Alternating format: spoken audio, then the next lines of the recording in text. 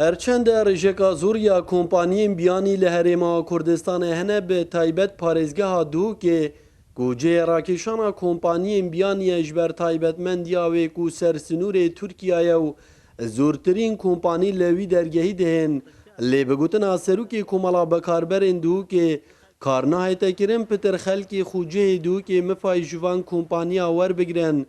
ji ber ku dema kompanî dihên stafê karî edgel xwetînin. مخابن کمپانیت هین بس او کمپانیا کادر و استاف و کارمندیت خوش دروت اینن او جی پیاسا رپناه تدان باشتر او خلک ما کار بکن لی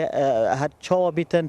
هاتنا وایان مان اول ویری باشترش نبون آواد بیتن قناق چوی دا وقت منطقه فشار سر کردستان یا منطقه تیرور هین یا داعش هی هندک شوا کمپانی درکتن پشتی وضع کردستان برقرار بوی و آسایش و امنایی برقرار بوی و دی سانه که پشتی پیوندیت حریم و بغداد خوش بوین جاره کادی پلهمشت کمپانی بیانی قصد حریم کردستان پارێزگاه دوکید کن هلبت اویج دی کاریگری خویا راست خواه بیتن سر پیدا کردن در فتو دلیون کاری بو گنجا و دی سانه که پاره که مازن دهت ناو بازاری دا ولوین دی چه بیتن تکرای دهات تا که کسی دی بلن بیتن و دهات خزانش دی پیگش بیت.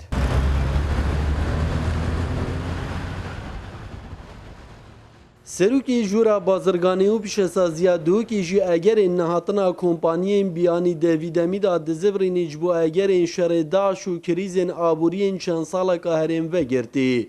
تنها او کمپانی نبنین کار خواراوستاندی و جارکا دی زبرین و دز بکار بوین. پشتی او قیرانا دارایی و شر داعش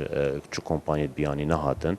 بله او 2 سالا جای او کمپانیت بری هین کل هاتنیا تومار کرن پارێزgeha Duhokê carek hatîne ser karê xwe gelek şwan kompaniyên de proje belenderatiyê hebûn ku ew jik rawstiye ji ber nebûna budceyê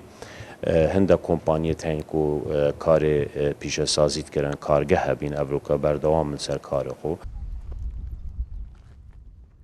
Cihamajiye ku niha 300 kompaniyên biyanî digel zêdetirî 3000 kompaniyên navxweyî dê sekterên cuda cuda da li parêzgeha Duhokê de tomarkirîne. Belêpitiriya wan stafên xwe edgel xwetînin. Bi dîtina abornasan hebûna van kompaniya û danadelîvên karî ji bo hewlatiyan dê zêdetir abûra parêzgehê epêz ketin. Nijar Mihemed Kursat News Duhok.